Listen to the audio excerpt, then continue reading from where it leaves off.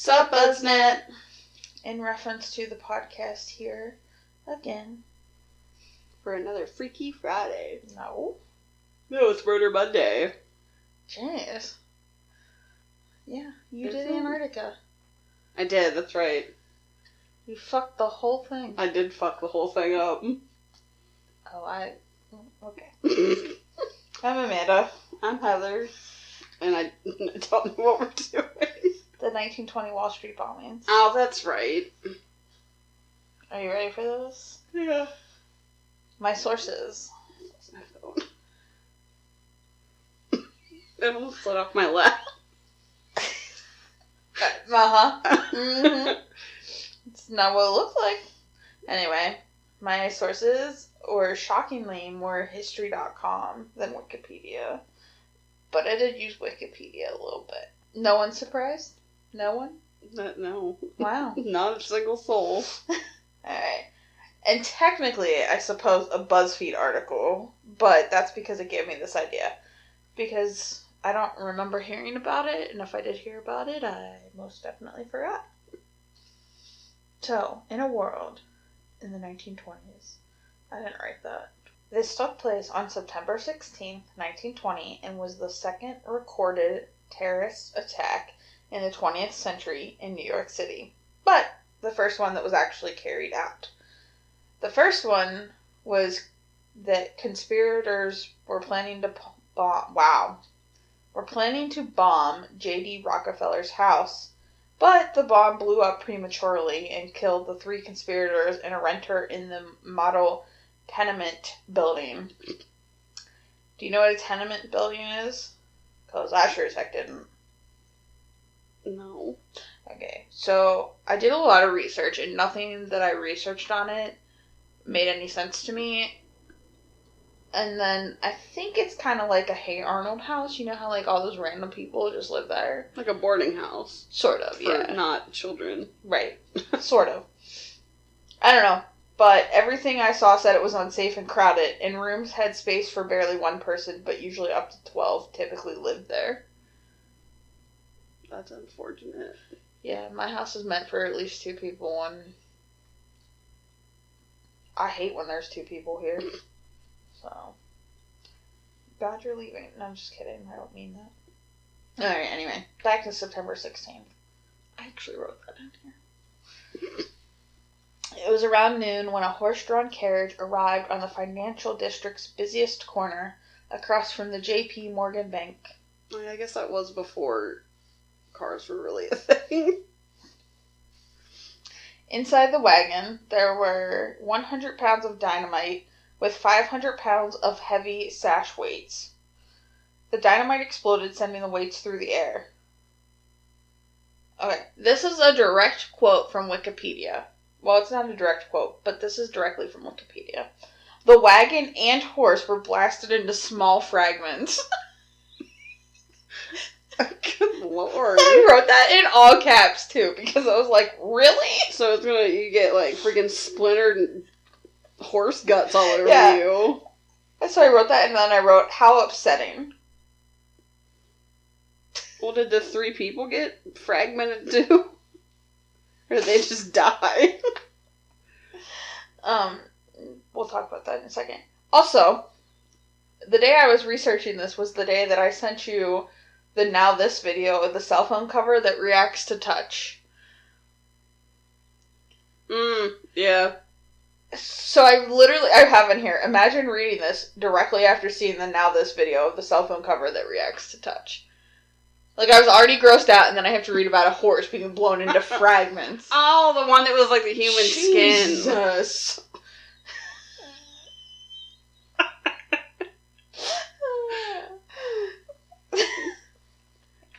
I thought you meant one of the ones that, like, if you, like, held it, that it, like, the heat one. No. Then, when you said that, I remember the one that reacted to human.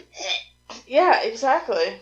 You have to read about a horse being fragmented into small pieces. Yeah. Alright. Anyway, back to the bombing. The driver is believed to have escaped before the explosion went off. And the bomb caused $2 million worth of damage in 1920. You want to guess how much that is today? You don't have to. I can just tell you if you don't want to guess. Mm-hmm. 2 million in 1920? Mm-hmm. Probably like almost 2 billion now. No, not that much. 100 million? No, less than that. About a quarter of that. Come on, math major. That I am not. It was 25 million today. But seriously, 2 million is a lot. Like, especially since it was just a horse. it was dying. The horse didn't the horse exploded, but there was 100 pounds of dynamite. I got so hung up on the horse. I forgot about the dynamite and the weights. All I can think of is that you think it's like a horse just running through JP Morgan, like, boom. Oh, this is going to be a fun episode to edit. Look at all those spikes. Alright, anyway, okay. The damage destroyed most of the interior spaces of the JP Morgan building. Not the exterior, just the interior. What is JP Morgan? This bank. Bank. The blast also caused a streetcar to derail that was a block over and sent debris soaring as high as the 34th floor. Damn. Yeah. According to George Weston, a reporter, there was a mutilated body of a man lying in front of the steps leading up to the bank, as well as lifeless bodies in the street. Not Weston. No. The History Channel article is quoted to say, quote, Wall Street was rendered a no-man's land of splattered blood, broken glass, and charred bodies. The air was thick with smoke and soot, and severed limbs littered the ground. Unquote. God! How many people died? Well, wait, I don't remember how many. Oh, it's the next bullet point. If you could just please wait. Well, you said severed limbs. It must have been a lot of it littered the whole fucking block. I was like, that, like, has to be a direct quote, because it was just too good. Like, there's no way I could have paraphrased that and it been better. Yeah, no. 30 people were killed at the scene, and another 8 would later die from their injuries. Hundreds were injured, either burned or maimed by glass or shrapnel. I mean, that could almost be 120 limbs. Just littered. I think that's what it, like, oh, this is so terrible. I think I actually laughed at that when I was typing it, because I was like, littered? Like... You'd be like, these poor people just died. And you're like, oh, the whole ground was just littered. Like somebody just, like, threw trash out of their car. Yeah, exactly. Oh, goodness. Okay, the attack remained the deadliest attack on U.S. soil until the Oklahoma City bombings 75 years later. Holy shit. I know, right? On September 17th, postal workers found flyers that had been dropped in the financial district mailboxes that said, quote, remember, we will not tolerate any longer. Free the political prisoners, or it will be sure death for all of you. American anarchist fighters, end quote. And these letters bore resemblance to other letters that had been dropped after bombings in other U.S. cities in 1919. So, anyway. Terrorism's been alive and well for a long-ass time. Almost 100 years. The police credited the plot to the Galenists. I'm probably saying that wrong, but we all know I can't talk, so... Or pronounce names. A gang of see? Or talk whatsoever. A gang of Italian anti-government anarchists. The Italian anarchists were led by Luigi Galeni, I don't know, see? Yep. Who had been deported the previous year, but many believe the 1920 terror incident had been crafted by him. Sorry, acid reflux. By him and his followers. However, no one claimed credit for the attack, and police never actually cracked the case. The FBI... This is so terrible. I know it's coming. Did they find him and his brother Mario? No. No, it's worse than that. So back in the 1920s, the FBI was not called the FBI. They were then the Bureau of Investigation, which was abbreviated BOI, which would be terrible in this day and age because I would most definitely be like, ya boy, every time I referred to them. Well, thank God they changed it. God, I don't know why we're going to hell. Anyway, the FBI spent 3 years trying to crack the case and identify the driver of the wagon, but it went nowhere. One suspect, Edward Fisher, he did not create Fisher-Price or P.S. I don't actually know that, but I would assume. I would hope not. He became a suspect after police learned that he had been warning people to stay away from Wall Street in the days before the attack. Well, at least people were being warned. The body count could have been higher. Or they could have just ignored him. But police learned that this was something he had done before, so they dropped him as a suspect and had him committed to a psychiatric ward because he was mentally unstable. Even before they thought he was a suspect, LMAO, they didn't just commit him because he made the warnings. Just want that to be clear. Although at that point in history, I would rather go to prison than a mental hospital, because... In 1944... Sorry. You want to keep talking about prisons and mental hospitals? Alright, in 1944, the FBI, or ya boy, reopened the case and concluded, again, question mark, that the work was that of Italian anarchists or terrorists. They said it was most likely the work of... The work of who? Mario Buddha. Mario and Luigi.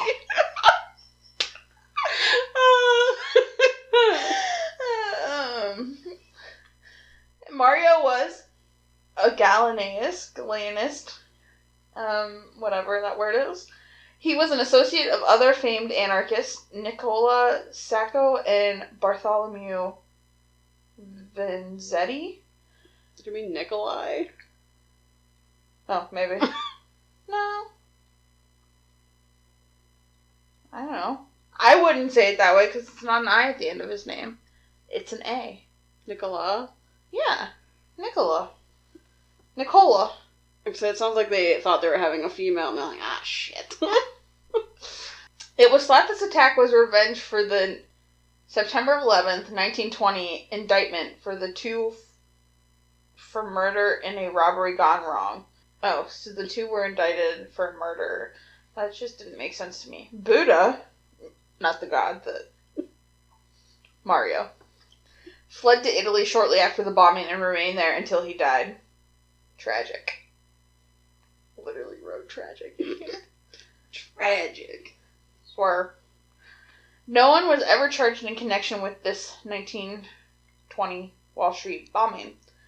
And Wall Street opened the next day with the signs of the blast covered or swept away, including what could have been evidence. You know, they were just like, oh shit, get this arm out of the way. Sweep it up. Sweep it up. Give me a hand here. What was that you said? Why are we going to hell? Anybody got a hand? I'm Mrs. Nesbit. It wasn't me. It was a one-armed man.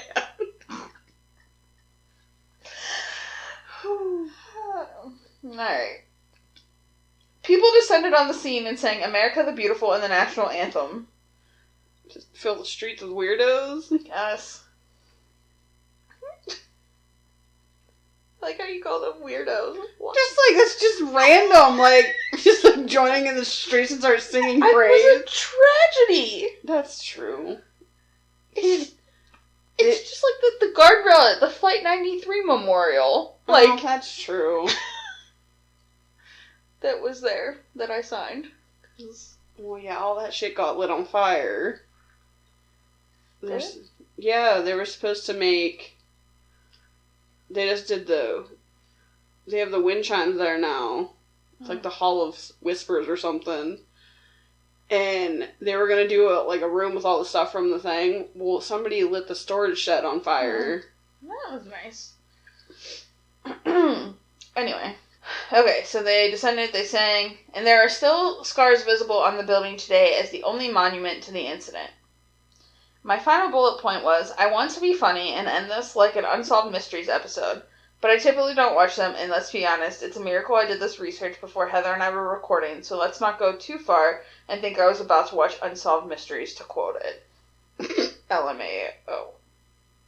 Lamau. So, I don't know. But I could end it like a BuzzFeed episode. Right? And the mystery remains unsolved. So. Do you remember learning about this ever? No. Okay, so it's not just me. No. I mean, not that you're the best person to go off of for anything.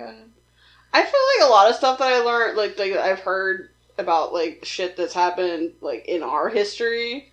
I'm like, we never learned about that. Yeah, I feel like they were just like, here's how shitty America was, and still is.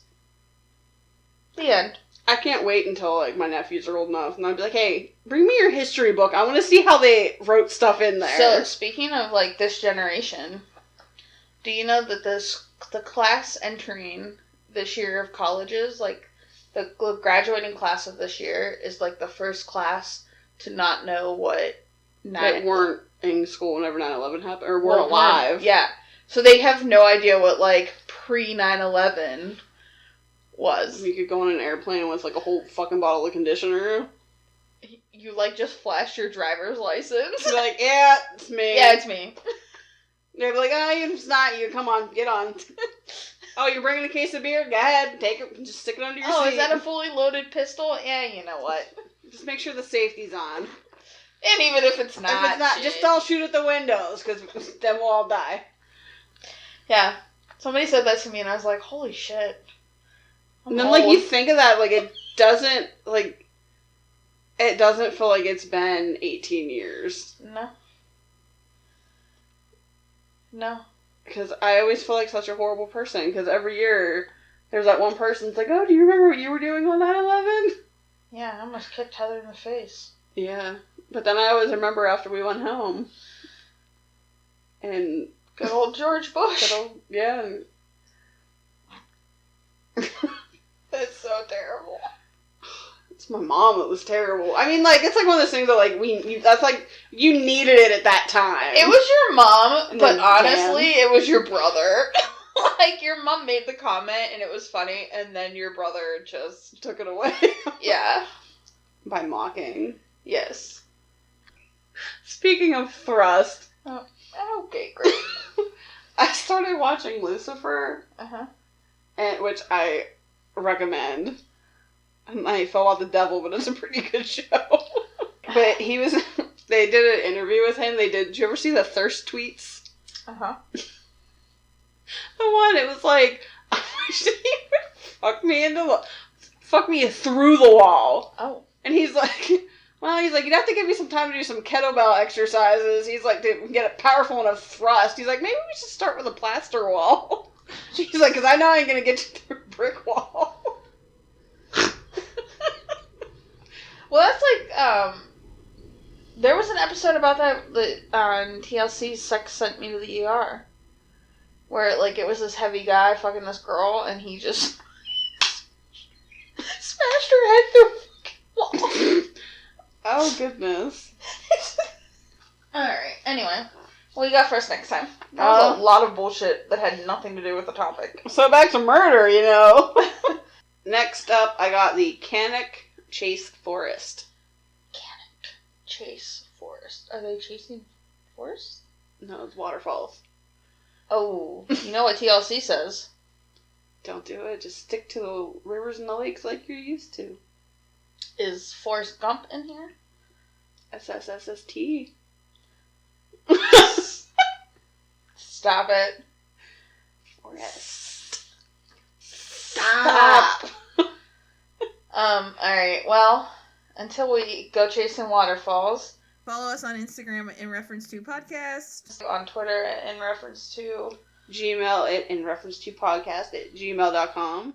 Just one email. Just send me an email. Just one, I beg of you. I need friends. She really does.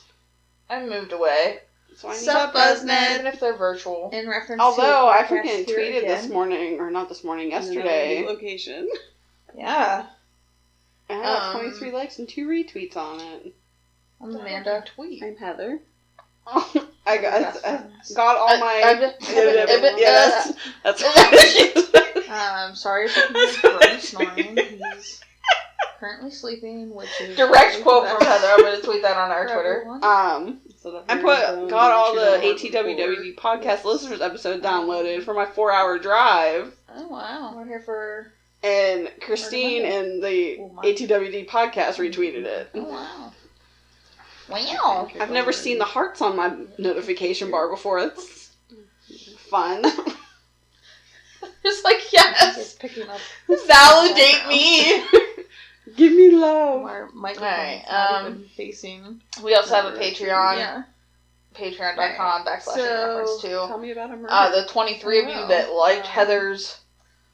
I 23? opened Is this that what while you I said? was Is that what it in said? the bathroom. I don't know. However many of you liked Heather's Get it ready? post. Help us out. Refresh your memory. No. We would love stay to be ready. at their level.